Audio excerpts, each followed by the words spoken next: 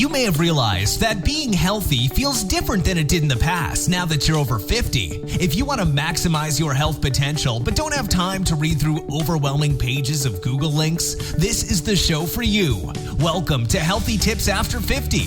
We love doing the research, finding solutions, talking to health experts, and learning what works and what doesn't. Now, your host. She spent the last 25 years dedicated to feeling her best and is here to share her best findings with you, Susan Rosen.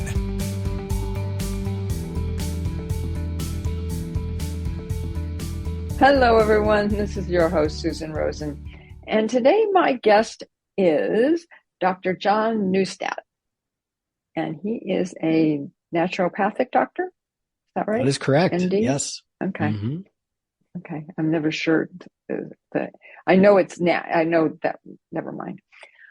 He is the founder and president of Nutritional Biochemistry, Inc. Dr. Neustadt earned his naturopathic medical degree from Bastyr University, which is a very well-known and respected place of education, where he was awarded the Founders Award for Academic and Clinical Excellence. And Dr. Neustadt has published more than 100 medical articles, written four as in the number, health and wellness books, and is now a #1 Amazon best-selling author in the field of osteoporosis, which we will be talking about. His most recent book is Fracture Proof Your Bones, a comprehensive guide to osteoporosis. And Dr. Neustadt was also an editor of the textbook, Laboratory Evaluations for Integrative and Functional Medicine, which was used across the U.S. to train and educate physicians on using functional medicine with their patients. And he is here to talk to us today, mostly about osteoporosis, but there'll probably be other things that'll kind of come in from the sidelines. So welcome. Great. And I'm assuming you don't mind if I call you John and not No, Dr. that's great. Neustadt. And I would just love to add to my bio that wasn't mentioned. Yes, I'm also on the corporate advisory roundtable for the Bone Health and Osteoporosis Foundation, which was previously the National Osteoporosis Foundation, but they rebranded last year. And I'm the vice president currently of my state medical association. Great. And that's, I assume, is that just a U.S. organization or is it international? The Bone Health and Osteoporosis Foundation is a U.S. organization. Okay. So we were talking a little bit before I turned on the record button. And we were talking about how the majority of people who get osteoporosis are women, which I think everybody kind of assumes, but that there is a certain percentage of men who get it as well. And so we'll talk about that a little as we get, into the program. So why don't we start off by talking about what, if there are age areas where it's for women in particular, that are higher, where the risk goes up, and why that is. So the majority of cases are in what's called postmenopausal osteoporosis, which occurs, as the name indicates, in women as they go through and are postmenopausal. The fastest rate of bone loss is during menopause and for the 10 years after. Now, as we're growing up, we're babies and we're going through our teens and our 20s. That's the time in our lives when bone reaches their maximum bone density. And then from about the age of 30, 33, or so on, bone, we start to lose bone minerals or bone density. Okay. Now, that's an important point and distinction because people have probably heard about a bone density test. A bone density test only measures the mineral component of the bone. But as we'll get into, I'm sure there are other important parts of the bone that contribute to bone strength. It's not just the minerals. But as women get older and as men get older, that's when the increase for osteoporosis and most dangerously, osteoporotic fractures increases. Okay. Interesting. Yeah, I think, and I'm just guessing, because I have not done a survey you know, to say that this is one way or the other. You probably can correct me if my assumption is incorrect, which is that most people, unless they actually closely know someone who's had osteoporosis, don't really understand that much about it. They know about it on a general level. They probably know that women get it more often than men. They probably know the ages, right? But that's probably the end of their knowledge, unless, like I say, unless they know personally someone who has And it. you're right. One of my missions and passions is speaking on this topic and educating people and raising awareness about it. There is an osteoporosis awareness month that occurs in May, but there aren't campaigns like breast cancer where you've got the pink ribbon or big budget marketing pushes to raise awareness for this. And this money. Money. This is a silent disease that typically doesn't have any symptoms until suddenly somebody breaks a bone. That is frequently the first sign that they have osteoporosis. And oftentimes, despite the recommendations from the U.S. Preventative Services Task Force and other medical organizations that women should get screened with a bone density test for osteoporosis, the vast majority of patients who are eligible to get screened are not getting screened. And so what happens is they break a bone, and then that oftentimes is the indication of the doctor saying, oh, well, let's get a bone density test, when it's too late. That bone density test should have been done years before. And so it is a silent disease. There isn't enough awareness about that. And I thank you for having me on your program, because I'm hoping to do my part to raise this awareness, because it is a deadly condition. If every 30 seconds, somebody with osteoporosis somewhere breaks a bone. If you have osteoporosis and you break a hip, there's up to about a 36% chance that you're going to be dead within a year. And if you survive that, about half of those people who survive never regain their full level of pain-free mobility to enjoy their life that they had before. And in fact, if you're a woman who's 45 years old, your risk for breaking a bone due to osteoporosis is actually greater than your combined risk of breast, uterine, and ovarian cancer. Wow. But people aren't aware of it. And I hope to shine a light on this. And not just shine a light, but help people understand what they can do. Yeah. Well, and starting from that point, because the numbers have to be going up then after that, right? They are getting worse and worse. I mean, you get through that age, and then maybe you hit 50 or you hit 60. Correct. And the population is aging. There's now more people over the age of 65 around the world than younger than 5 years old. And so we're looking over the next 10 years of a tsunami, a tidal wave of new cases coming along. And unfortunately, people aren't getting screened. There was one study that showed that 95% of Medicare patients who are eligible for screening weren't getting a bone density test. Really? And there's no specialty that is just for this disease, like there is for cardiovascular disease or kidney disease. There isn't. And so it's the general practice physician and general practice doctors who are the ones who are the first line at screening with this and ordering these tests. They're not ordering them. They don't understand largely what the indications are for ordering the test, who should be screened and when. And then there's a lot of confusion about what to do even with the test results, how to interpret them and apply them. Okay. Interesting. Yeah, I know my husband and I are both Medicare and belong to Kaiser. I'm sure you're familiar being in California. Yes. That you're Kaiser's familiar an with excellent Kaiser system. Mm-hmm. Yeah, and you don't have you always have a choice, right?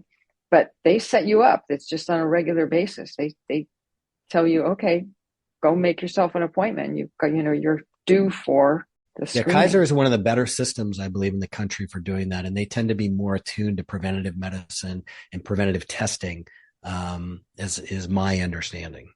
Mm-hmm. Yeah.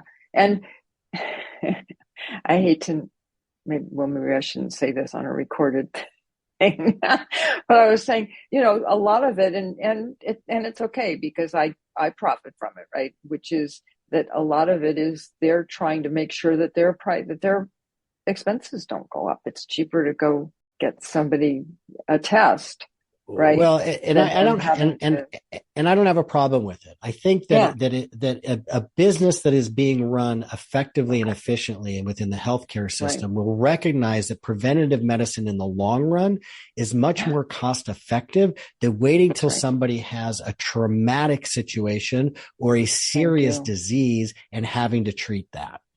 Yeah, I think good medicine can yeah, be good business. And I think Kaiser, mm-hmm, from my understanding, is doing it mm-hmm, better than many other yeah, systems.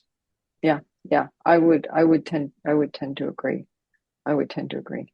They're like any business. It's got its certain things that you're like, oh, really? but Well, but the that's reality is that's part of being in business.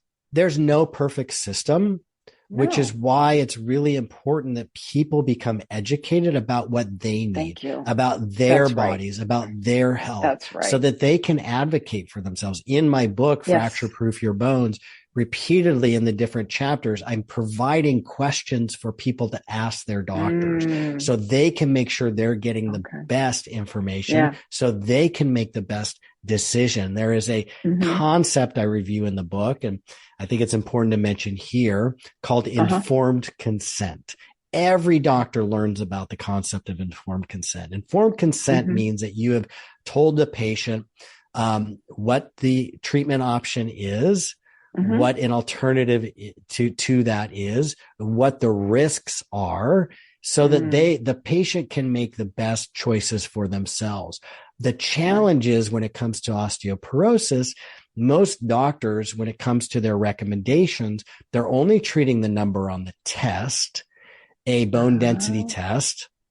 okay. But the reality is, the most important question to ask is, well, if that number changes on the test or with that test result, how well does that predict my risk for fractures? Because that's the most dangerous Mm, thing with the disease.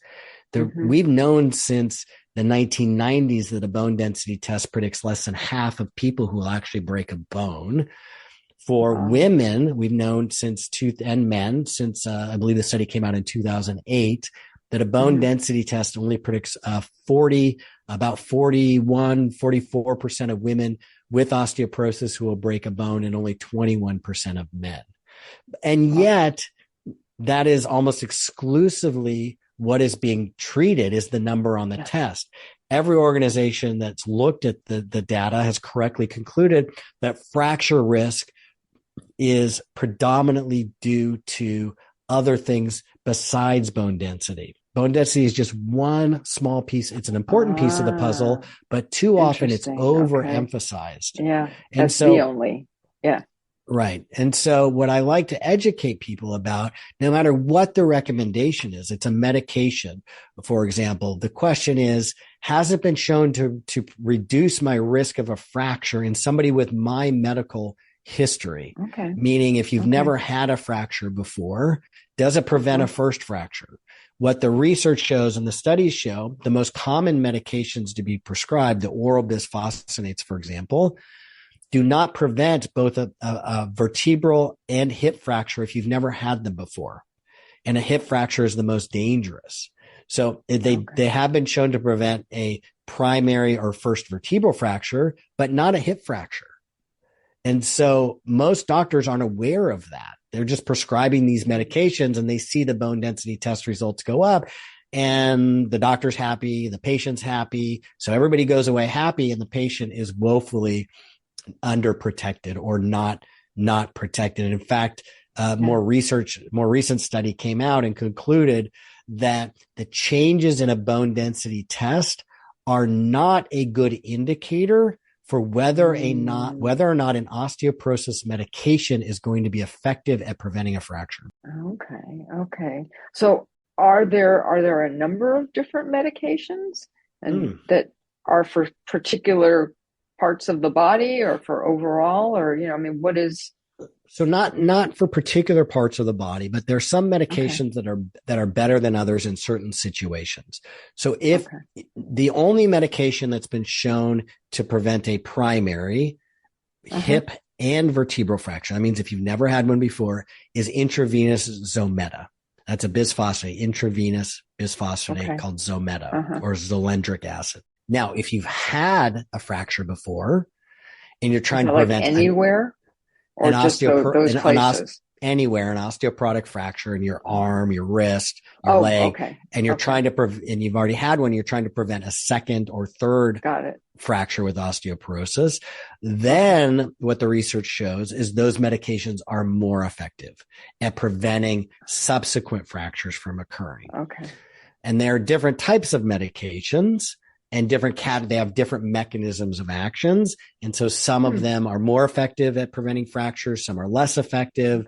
The side effect profiles are different. There's a whole chapter in my book on osteoporosis medications that can help people get the information to make the best decision. But there's things that they can do beyond medications with diet, lifestyle, exercise, dietary supplements to promote bone health, to improve their bone health, maintain bone strength, and improve their bone density. That makes a lot of sense. I mean, I've only had one fracture in my life, and it had nothing to do with osteoporosis. It had to do with tripping and landing on my shoulder, and it broke my collarbone.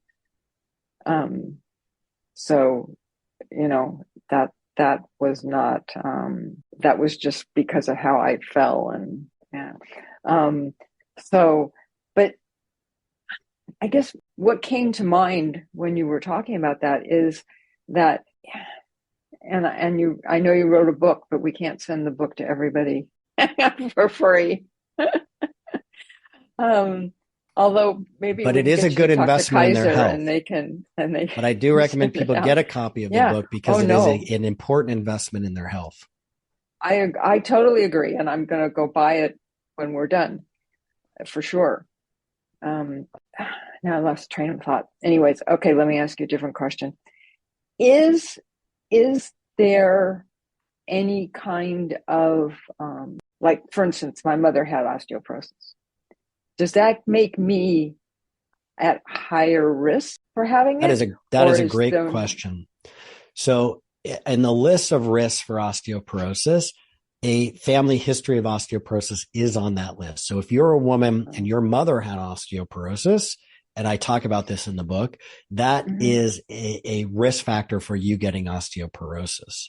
However, some people may conclude, oh, well, that means it's inherited. It's just genetic. Well, there are no genes that have been discovered that can predict that somebody is going to get osteoporosis. There's no causal effect that have been. There are many genes involved in bone health. It's a complex tissue. What we do know, however, is that lifestyle and diet and exercise are inheritable, meaning studies have shown that typically people grow into adults and adopt the diet, lifestyle, and exercise patterns that they were raised with as children. And that may actually be what is inherited, because what we know is that the older we get, the more important diet, lifestyle are to the development of chronic diseases than genetics. And so it's really modifying those behaviors that is more important than whether or not your mother had it. Interesting. Okay. So that makes a lot of sense, actually. For all the things that that have been coming out with being recommended as far as exercise and what you eat and all of that makes a lot more sense than it being. And what we know is a standard American diet is a risk factor for osteoporosis. It tends to be high for in everything. Yes, for everything: heart disease, diabetes, cancer, dying early, for all of that, and for damaging bone and osteoporosis. And that is high in packaged foods, pro-inflammatory foods, low in micronutrients like vitamins and minerals that our bodies need. In fact, when you're eating flour, grains that have been processed into flour, that refining process strips away, 80% of the B vitamins and, 60, 70% of the minerals that's in the natural whole food. And so just switching into a Mediterranean dietary pattern, that Mediterranean plant forward diet with plenty of protein, that dietary pattern has been associated with 20% reduction in osteoporosis and a reduction in fracture risk. So diet is a huge determinant of health. And as people, I'm a believer of let's control what we can control. You have to eat every day. So you're either eating with every forkful, you're either feeding your disease or you are promoting and boosting your health. And so moving towards a healthier diet, if you're not already there, is crucial, not just for bone health, but for every aspect of our health. Exercise, crucial. Moving your body. You don't have to go to the gym and pump iron. There have been studies showing, Qigong and yoga can improve bone density. But even walking, there's this myth out there that you have to walk 10,000 steps a day, which for me always felt a little overwhelming. I kept looking for the research, and finally somebody decided to study it and say, hey, is this really true? It's not true. In fact, I laugh. I'd be thinking back when I heard about this. That recommendation of 10,000 steps a day was invented by a Japanese watch company looking to market their watch. It had nothing to do with science or physiology or medicine. Or what the research shows is that if you walk an average of 7,000 to 7,500 steps a day, there is a association with a decrease in all-cause mortality of 50 to 70%. It seems to plateau the benefits at 7,500 steps a day. So it doesn't have to be 10,000 steps a day. Just getting out and walking is fantastic. Parking, and it's cumulative. It doesn't have to be in one setting. Parking further away in the parking lot from the door to the store. That's his wonderful. Favorite. Yeah. 95% of fractures occur because somebody falls. So anything we can do to reduce the risk of somebody falling is important. So balance exercises are important as well. I like the stork exercise for people. And that is, storks, as you may know, are famous for standing on one leg. And what you can do while you brush your teeth is just, and I'm doing it now, you can't really see, stand on one leg while you brush the bottom teeth. That's 1 minute, right? And then you switch to the other leg for the second minute, and you do that. So that's 2 minutes total. You're working a little bit of your core muscles, your stabilizers in your pelvis and your legs, and you're improving your balance. And you can do that twice a day. Hopefully you're brushing your teeth twice a day.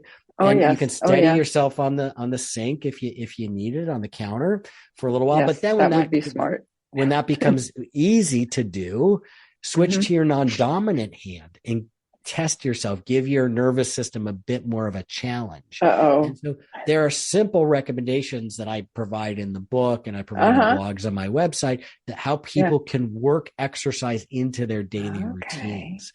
And it's important to know that if you have osteoporosis, exercise can actually be dangerous. It can increase your risk for fracture if not done correctly. So finding somebody, if you're going to work with a trainer who understands how to work safely with somebody with osteoporosis, is important. Or getting some extra resources in the terms of books or guidance is important. So we talked about, diet. We talked about exercise. Getting enough sleep is oftentimes not discussed when it comes to osteoporosis. But what we know is, or a lot of other things, sleep deprivation, insomnia, not getting enough sleep will increase blood pressure risk, diabetes risk, heart disease risk. It also increases the risk for osteoporosis. So making sure you're getting enough sleep is important. Making sure you have social connections. That's often, again, not talked about. There's been studies have looked at this issue with bone health and shown that if somebody has strong social connections and a strong social network, if they do fracture, they heal faster from the fracture, and they're less likely to get osteoporosis. So that is an important piece of the puzzle from a holistic point of view. And then, of course, there are nutrients, dietary supplements that clinical trials have shown can not only boost bone density, but as I mentioned before, bone density is not a great marker of bone strength, but also maintain strong bones as indicated by fewer fractures in clinical trials. Okay. Like, so there, well, great. So there are only 4 nutrients that have been shown to do that. Calcium and vitamin D have been shown to reduce fractures by about 18 to 23%. There's a specific form of vitamin K2 called MK4. People who are familiar with bone support MK4, not MK7. And I was going to mention it, right. So there are 2 forms found in dietary supplements, MK7 and MK4. The clinical trials on MK7 shows that it slows down the loss of bone density, but doesn't increase bone density. But more importantly, there are no studies, 0, with fractures as the endpoint in the clinical trial, showing that MK7 actually maintains strong bones as indicated by fewer fractures. In contrast, MK4, also a form of vitamin K2, but they're not the same molecule. They're different. They have different molecules, so they have different activities in the body. There are over 25 clinical trials with MK4 showing repeatedly that not only does it promote healthy bone density and can increase bone density, but there are 5 clinical trials at least that have looked at fractures as the endpoint for bone strength and shown that MK4 maintains strong bones as indicated by up to 76% fewer fractures in clinical trials. There have been 3 meta-analyses that have pooled the data and looked at this as well and concluded that MK4 is the only form of vitamin K2 shown to actually maintain bone strength. MK7 has not been shown to do that. And it has to be in the dose of 45 milligrams per day. That's what's been studied. It's been so well studied that since 1995, it's been approved by the Ministry of Health in Japan for bone health. Wow. And then the 4th nutrient is strontium. Strontium is available in some European countries as a medication in the form of strontium ranelate. In the US, it's available as a dietary supplement, typically in the form of strontium citrate. There are no clinical trials on strontium citrate showing that it is safe or effective. Now, it may be effective and it may be safe, but all we have are the clinical trial data on the strontium ranelate. And so let's talk about that. There are 6 clinical trials that have been published on strontium ranelate for bone health and looked at fractures. 5 of the 6 trials showed that it only prevented fractures of the spine. It did not prevent fractures of the hip. Only one study also showed hip fracture prevention. So the majority of the data shows, similar to the medications, that they don't prevent both vertebral and hip fractures. Interesting. Okay. But also important with the strontium is that it creates false bone density test results. So it's a mineral. It's heavier than calcium, so it incorporates into the bone. And the bone density test is an X-ray. The X-ray goes into the bone and bounces off the minerals. The angle at which it bounces off the minerals is called the refractive index. And the machine picks that up and it creates its mathematical magic and spits out the results in the form of a T-score. Okay. I never knew what it was. Yeah. It can't correct for strontium in the US because it's not a medication. It's not part of the machine algorithms. And so the bone density tests are not accurate. Now, despite the limitations of the bone density test, I personally want them to be accurate. It is an important piece of information. Also importantly with strontium, a review of the safety data of strontium ranelate was conducted and published. They looked at European regulatory data and clinical trial data, and they determined that for every 1 person that was helped by preventing a fracture with strontium ranelate, they expect 1 person to get a dangerous blood clot that can create a pulmonary embolism, a stroke, or a heart attack. Gross. Okay. And so for that reason, I am not a fan of strontium for all of those reasons. Okay. Interesting. Okay. Well, we'll stop taking that. And frankly, to get the benefits that incredible, 70+% improvement or maintenance of bone strength with the MK4, the only other nutrients that were used in those studies was calcium and vitamin D.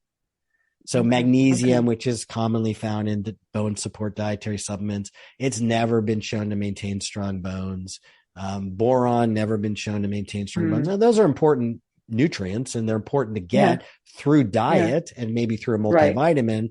But when we're looking at what does the research show specifically targeted at the clinical endpoint of bone strength, Mm-hmm. it's just the calcium, the vitamin D, and the MK4 that have the strongest clinical trial data and Mm-hmm. safety data on them.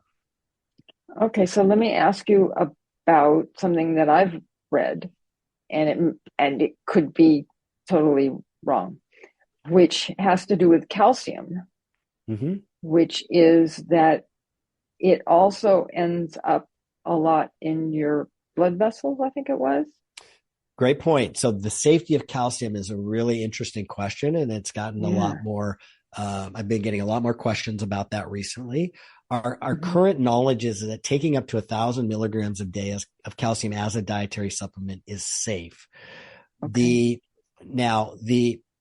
The position statement of the Bone Health and Osteoporosis Foundation and the American Society for Preventive Cardiology Okay. is that taking up to the safe limit as indicated by the National Academy of Medicine of 2,000 to 2,500 milligrams per day of calcium should be considered safe. Now, the challenge for people, and what I think a lot of doctors don't even understand, the recommendation of calcium and how much to take and what's the safe amount to take, that's from all sources, both diet and dietary supplements.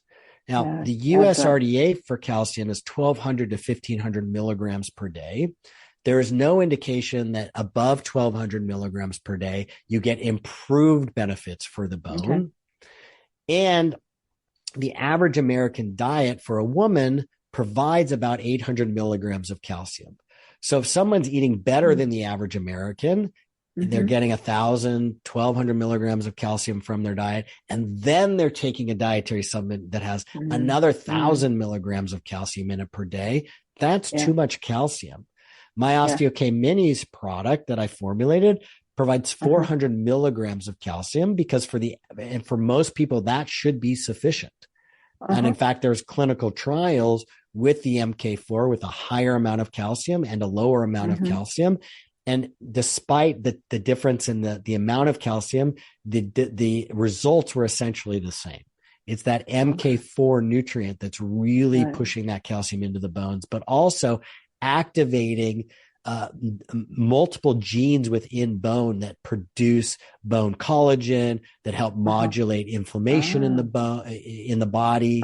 And so it has multiple activities, and the calcium is supportive. But most women, most people, although the indications are currently that up to 1,000 milligrams of calcium as a dietary supplement are safe, really don't need that much. Need that much. Yeah. Yeah. So one of the things that I've read, and you can tell me whether you've seen this or not, is that the MK7 helps to keep the calcium out of your blood vessel. So I don't know of any human clinical trials that show that. Okay. All right. So that is based on, there's one animal study of MK4 that showed some benefit. I believe there's an animal study with MK7. I do believe that the research is probably stronger with MK7, but I still believe it's a bit theoretical than it is with than stronger than MK4 for that indication, specifically for bone health. If you're looking at bone health, there is no comparison in terms of clinical trial data. MK4 is the nutrient is the form of vitamin K2 in the dose of 45 milligrams per day to be taken. Yeah. No, what I read with the MK7 had nothing to do with getting into the bone. It just had to do with it getting into the blood vessels, and that's a negative. Well, yeah. So it activates both forms of the vitamin K, activate protein called matrix glycoprotein, or MGP, Oh, okay. and modulate another one called MMP, matrix metalloproteinase. And those are involved in, especially the MMP, and in calcification of the arteries. So, like there's some indication that maybe benefit. There are no clinical trials, randomized clinical trials showing that. So, right. And exactly. That's part of the problem, right? Is that there's all these other studies floating around, but they're not necessarily up to the level of real clinical. What we do know, though, with coronary artery calcification, is that it's a multi-step process, and the first step in that process is inflammation. Inflammation and free radicals damage lipids. It damages cholesterol. Or damages, I should say, it creates free radical damage that damages the lining of the artery, and then that activates the immune system that recruits cells of the immune system, macrophages, that go in and consume that LDL, the lipoprotein, the cholesterol that's gone in there, essentially to patch the damage, and it gobbles it up, and that's what starts the process of calcifications. And so really the underlying mechanism of coronary artery calcification is chronic inflammation. And again, it goes back to eating a healthy anti-inflammatory diet, that Mediterranean dietary pattern, getting enough sleep, eating lots of fruits and vegetables. And exercising. Yeah. Funny how we always end up back at that. It always goes back to that. Yeah, the foundations. Exactly. It's the foundations of health. Yeah. No, for sure. For sure. Absolutely. Absolutely. And I think a lot of us are, what's the right word? I don't know. We fall for a lot of these articles and all these magazines with all the supplements in it and stuff like that. One of my missions and one of my goals is to help educate people about what are the questions they can ask, so they can be savvy consumers about dietary supplements. It's a huge industry, $60 billion industry in the US. So there are bad actors out there, like any industry, and there are reputable, excellent companies out there. What I recommend people look for is not that they're citing, in vitro or test tube data or molecular studies, but are they citing clinical trials? Are they actually citing anything? Like if they make a claim, a health claim, what's the study? Where is there a citation there? And then is it really the most relevant thing that they're citing? Is it something that's a surrogate marker, which means a surrogate marker is a blood test. It's not really clinically the thing that we're most concerned about. So for example, cholesterol is a blood class that's a surrogate marker for somebody's risk for a heart attack. A bone density test is a surrogate marker for somebody's risk for fracture. But the most important thing is, are there clinical trials on the nutrients or combinations of nutrients for the most relevant thing that you're trying to work on, the most relevant part about your health you're trying to support and promote? For example, maintaining strong bones. The biggest indicator of whether bones are strong is whether or not you break a bone.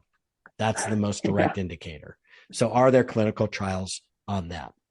With respect then to the dosage, are they using the dosages in their products that were used in the clinical trials? In fact, this whole conversation that we're having now is the underpinning and is the entire foundation and reason why I started my company, NBI, because in my clinic, I couldn't find the dose or combination of nutrients in existing products that were shown to work and that I needed for my patients.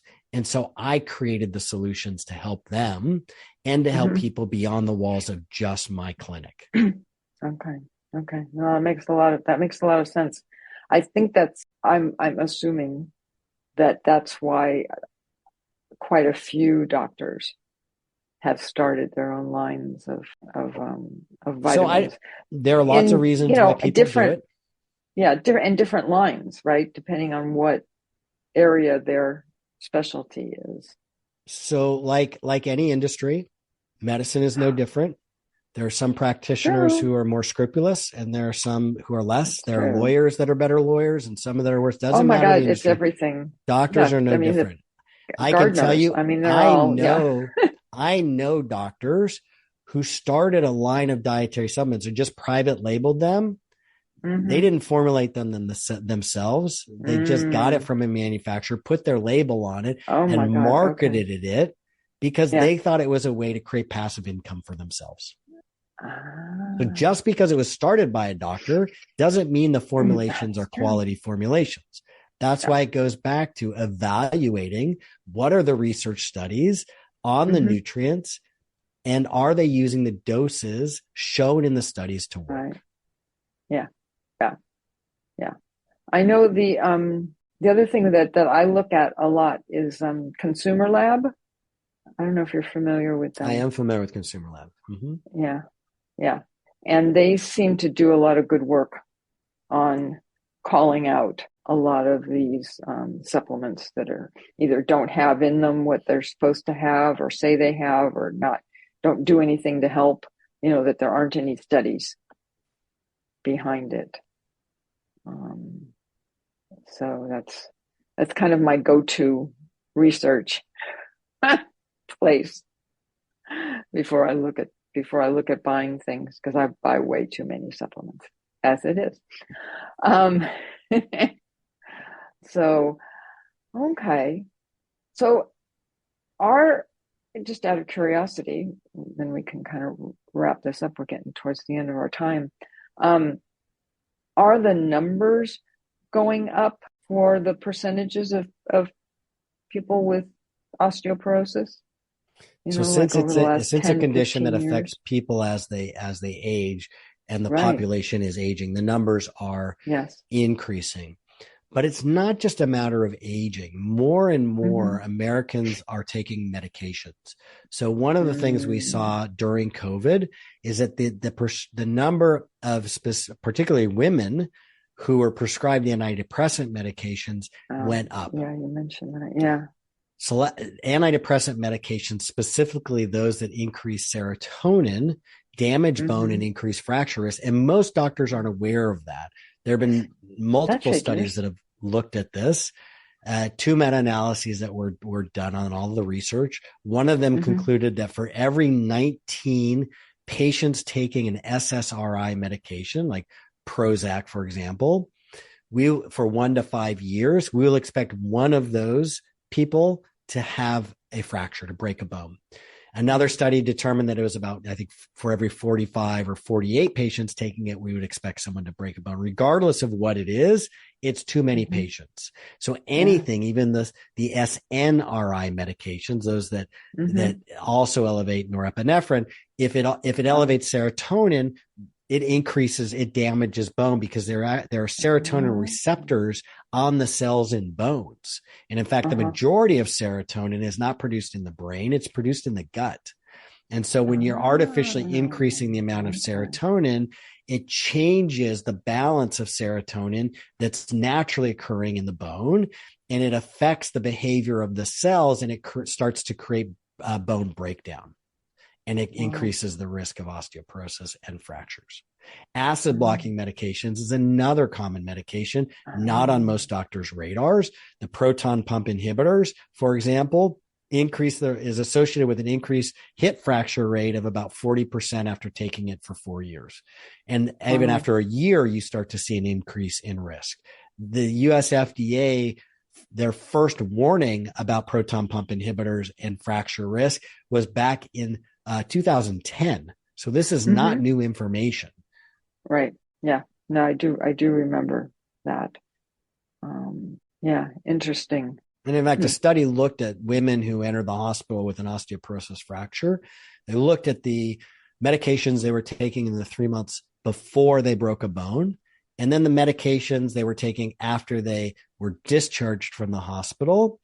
And they were wondering, okay, did the medications that increased their fracture risk, were they taken off of them? Was there a benefit when they left the hospital because their medications were changed? What they found was over 70% of the patients who broke a bone were taking one or more medications that increased their osteoporosis or fracture risk. And when they left the hospital, some of them were taken off of the more common medications that are known and most physicians known damage bone, like prednisone. But then they were put on other medications that increase osteoporosis and fracture risk. So overall, there was no net benefit. Wow. It's a huge blind spot within the medical community. So that's why in my book, there's a whole chapter on medication-induced osteoporosis. So people can talk to their doctors about it. You need to check your medicine cabinet. Say, look, are any of these medications on the lists that have shown to damage bone? Because you may be able to take a lower dose or switch to a safer medication. Not all types of antidepressant medications have been found to damage bone. So there are safer ones to take if you need to be on a medication, but also if you work with a naturopathic doctor or a functional medicine doctor, or look at nutritional medicine and ways to deal with mood. There may be ways to actually get off the antidepressant. Right. Yeah. Well, and for some people, my mother included, putting her on those medications were just like they threw her over the cliff. Every time they would try and put her on one of those medications, she can't say it any better way, she would try and kill herself, literally. On an antidepressant medication? Well, it wasn't a good fit for her. Look, these no, medications, it obviously was not. Yeah. These medications, when used properly, can be absolutely life-saving and an important, important therapeutic approach. But it's like anything. It's not, every medication is not a good fit for every patient in every situation. No, and I totally agree. But I'm just saying, but everybody, and I have reactions to medications as well. Well, but the challenge is, I think, as a consumer of medicine, most people are going to a conventionally trained doctor in a conventional clinic. And really that's all they have at their disposal. It's drugs or surgery primarily. Yeah. And they're not trained in nutritional medicine. They're not trained and educated to have these more complicated, nuanced conversations or understanding what are the gold standards in testing, because there are nutrient deficiencies that are associated with depression and nutrients that can be tested for and corrected if they're deficient and they're not being tested for. And this is actually a good topic to really bring in about osteoporosis, because a study was conducted in Europe a few years ago that asked the question, how do doctors feel about treating osteoporosis? Why is it so undertreated? Why are people not getting screened for it? Over there, it's not being screened for well enough, just like in the US. But what they found, and I don't believe it's any different, is the doctors in the European country that they looked at said that they weren't sure how to interpret the test results. They weren't sure which medications to use are best. They weren't comfortable having conversations about diet or dietary supplements or exercise. And because it was outside of their education. And also then there was pressure to see a lot of patients during the day because of reimbursement and how they're paid, what the financial structure of the healthcare system is. And having these conversations about diet, lifestyle, other holistic things people can do, it takes time. It doesn't fit neatly into a 12 or 15-minute appointment. And so for all those reasons, and I don't believe it's any different in the US, this is a tragedy that is unfolding and continues to unfold, where people are not getting screened, they're not getting treated appropriately, they're not having the necessary conversations with their healthcare provider or getting the information they need to be as protected and proactive as they can be, which is why I was so passionate about putting my head down for over a year and writing this book to get this information out. Yeah, no, I totally agree. And it's not it's really not a new situation. I think the last 30 or 40 years it's been pretty much the same. And if nothing else, just getting worse. Yep. Unfortunately. So on that happy note, Well, the happy note is there's a lot of things people can do. There, Yes, you yes. can be empowered. Yes. There are ways that are backed and informed by the research where you can improve your bone health. You can reduce your fracture risk. You can take charge of your own health. And the beautiful thing is that all of these strategies that are holistic, that improve bone health, they also have been shown to be healthy for your heart and for your blood sugar regulation and for your brain.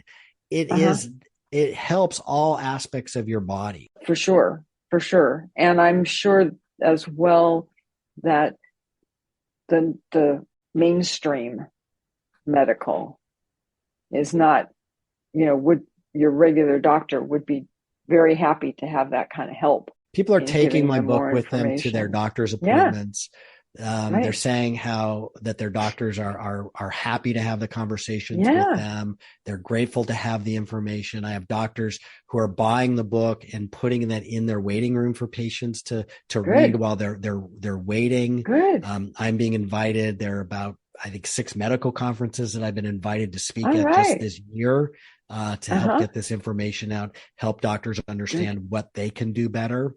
So both from the consumer point of view and from a professional colleague perspective, I'm trying to move the needle. Absolutely. And I didn't mean to demean the regular AMA medical. So the AMA is are not doctors on the ground. The majority of physicians in this country are not members of the American Medical Association. My colleagues who are conventionally trained doctors overwhelmingly have their heart in the right place, want to do good work, but they're hampered by their education. We all have blind spots in our education, right? I do too. Everybody does. But more and more, they're wanting to practice in integrative settings. They're wanting to learn more about this information. The healthcare setting, unfortunately, the financial model of healthcare is still not to the point where it can be a truly integrative medicine, but hopefully it's moving more and more in that way, in that direction. But my MD and DO colleagues who are practicing in the conventional healthcare system are grateful when they have this information. Oh no, I agree. I mean, I would agree that the vast majority of people who go into medicine are doing it because they want to help people. Yeah, their heart's in the right place, for sure. Yeah. They're good people. Yeah. No, I agree. And I was not trying to say any differently. It just takes a little while to find one that you get along with. Well, and that's an important point because it is a service industry, right? And so I also tell people, look, not everybody is like, I'm not everybody's cup of tea, and that's okay. You need to find out who you jive with, who you resonate with. And if you're not getting the service from your practitioner, then fire them. Like, that's your right. You're the consumer. They work for you. I see it when with patients that I've worked with, I see it as I'm their employee. I'm working for them. Yeah. Right. And my job is to help them. And so if you're not getting the service and the help that you want, it's up to you, because nobody's going to advocate for your health as well as you can, to go and find the resources and the people that will give you what you need. Yeah. Oh no, I totally agree.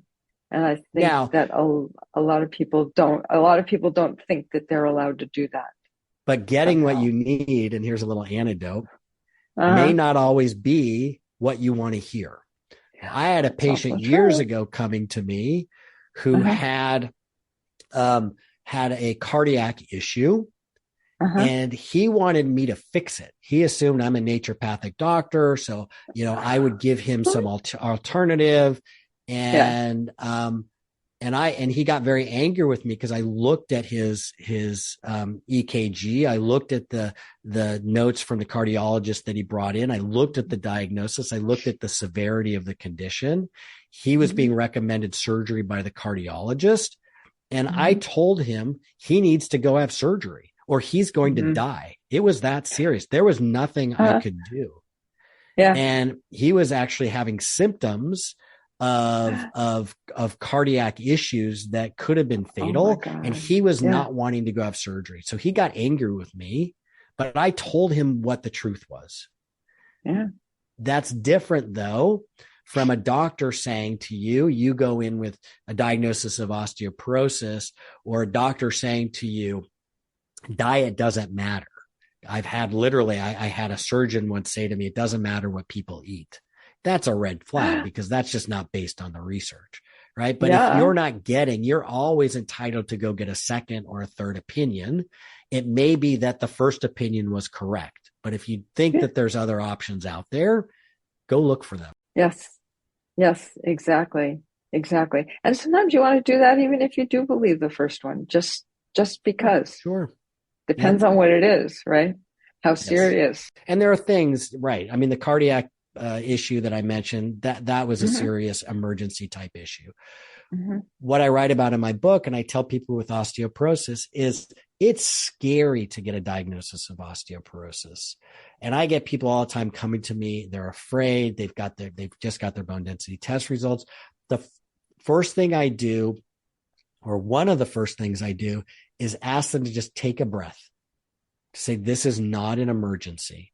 There is time to educate yourself, to learn the information, to put together a holistic plan and get the information you need to make the best decisions for yourself. This is not an emergency.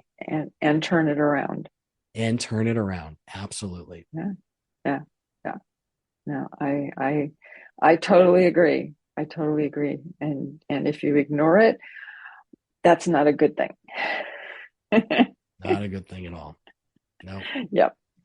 So want to thank you for sure. This has been full of enlightening information. And I have to say that I have spent a lot of time over the past probably 15, 20 years, reading about osteoporosis. And I've learned a lot from our time together today. Yeah. So I will definitely be going out to get your book. And also to say that, and I always feel funny saying this, depending on who my guests are, is that this is not to be seen as medical advice, because I'm not given any medical advice here. Yep. And absolutely, people should consult with their doctors. That's right. Exactly. And usually I say neither of us are medical doctors, but you have a pretty good claim to say. So I'm not a medical doctor, but I'm a licensed naturopathic doctor. I'm licensed to practice medicine in the state of California and diagnose and treat. But no, I'm not a medical doctor. I'm a naturopathic doctor. Yeah. And this is still just a podcast. This is not. That's great. But people can go find out more, learn more. Yeah. There's lots of free health resources, blogs, information on there that they can take to their doctors, that they can help learn what they can do for their own health as well. Yep. On my website, nbihealth.com. So people can go find out more. I get more information there as well. Good. I was just getting ready to ask you what your website is. I will put that in the show notes. So along with a link to the book. Okay. So as I usually end up saying, which is that I will be seeing everybody next week. This has been Healthy Tips After 50 with Susan Rosen. To stay on the cutting edge of the most effective health strategies, subscribe to this podcast and let us know what you thought of the show with a comment or like on iTunes. Visit healthytipsafter50.com for this episode's show notes, more resources, and free offers.